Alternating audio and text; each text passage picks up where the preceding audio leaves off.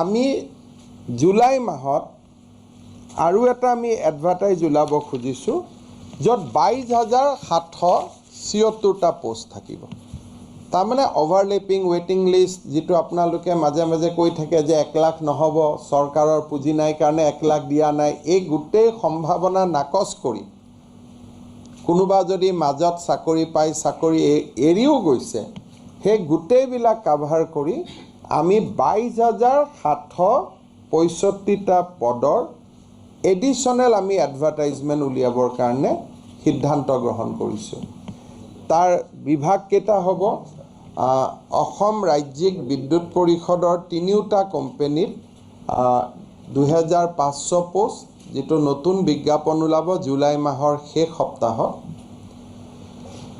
কৃষি বিভাগত যিটো আমাৰ এটা পোষ্ট আছে, এইটো কি বুলি কয় যিখিনি এক্সটেনশ্যন এছিষ্টেণ্ট বুলি কোৱা হয়, তাতে আমাৰ 2,500 পোষ্ট ওলাব, 2,500। এইটো গ্ৰেড 3 পোষ্ট হয়, গ্ৰাম সেৱক বুলি যিটো কোৱা হয়। পুলিচত আৰু 2,000 পোষ্ট ওলাব।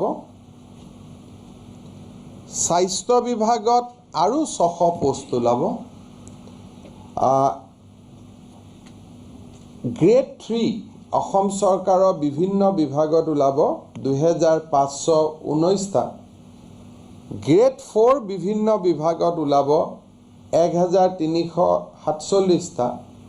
পঞ্চায়ত এণ্ড গ্ৰামোন্নয়ন বিভাগত পঞ্চায়ত ছেক্ৰেটাৰীকে আদি কৰি বিভিন্ন পদত ওলাব 1,000টা।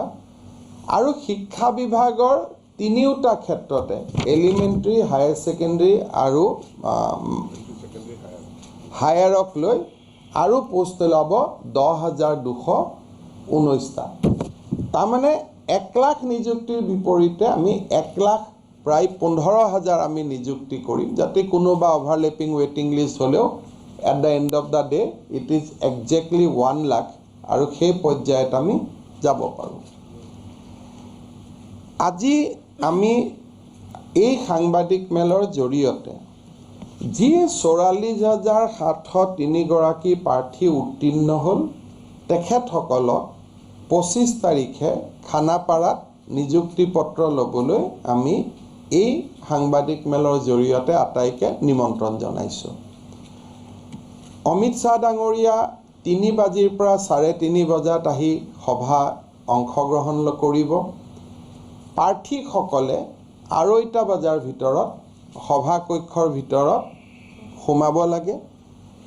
মিটিং 1-1.5 ঘণ্টা সময় চলিব।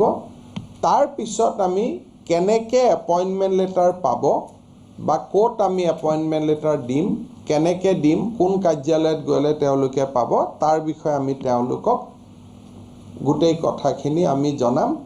কিছুমানে যাতে পিছত আমাৰ অসুবিধাৰ সন্মুখীন নহয়, গতিকে সকলো প্ৰাৰ্থীয়ে সেই সভাখনৰ শেষ নোহোৱালৈকে বিশেষকৈ গোটেই কথাখিনি শুনাটো অত্যন্ত প্ৰয়োজনীয়। গতিকে মই প্ৰাৰ্থীসকলক 25 তাৰিখে 3 বজাত পুৱাকৈ, বিশেষকৈ 2:30 বজাত পুৱা কৰি মই সভালৈ নিমন্ত্ৰণ কৰিছোঁ।